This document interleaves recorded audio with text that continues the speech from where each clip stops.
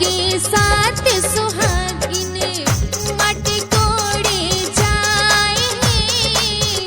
कहवा के साथ सुहागिन माटी कोड़े जाए हैं। कहवा के पियर माटी कहाँ के कोदार है। कहवा के पियर माटी कहाँ के कोदार है। कहवा के साथ सुहागिन माटी कोड़े जाए हैं।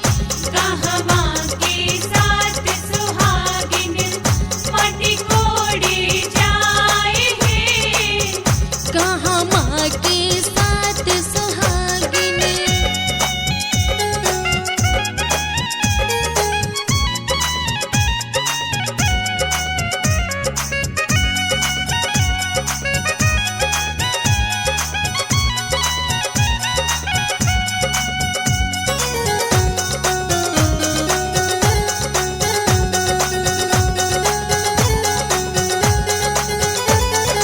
फलगो के पियर माटी सोने के कोदार है। फलगो के पियर माटी सुन के कोदार है। माँ कह के साथ सुहागिन माटी कोड़े जात है। मागह के साथ सुहागिन माटी कोड़े जात है।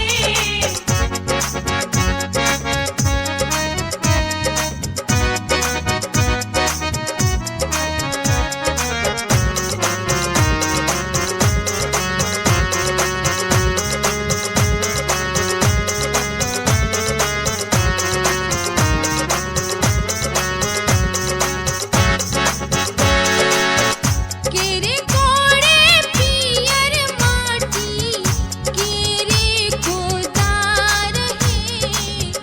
गिर कोड़े पियर माटी गिरे कोदार है। कौने छिनरो के दुलरी धिया के होके बियाह है। कौन छिनरो के दुलरी धिया के होके बियाह रे।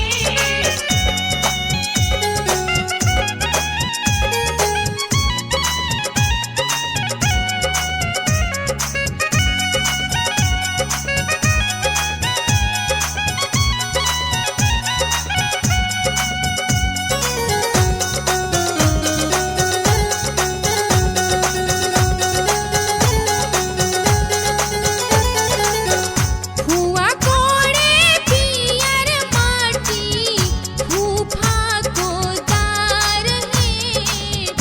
हुआ कोड़े पियर माटी फूफा कोदार है।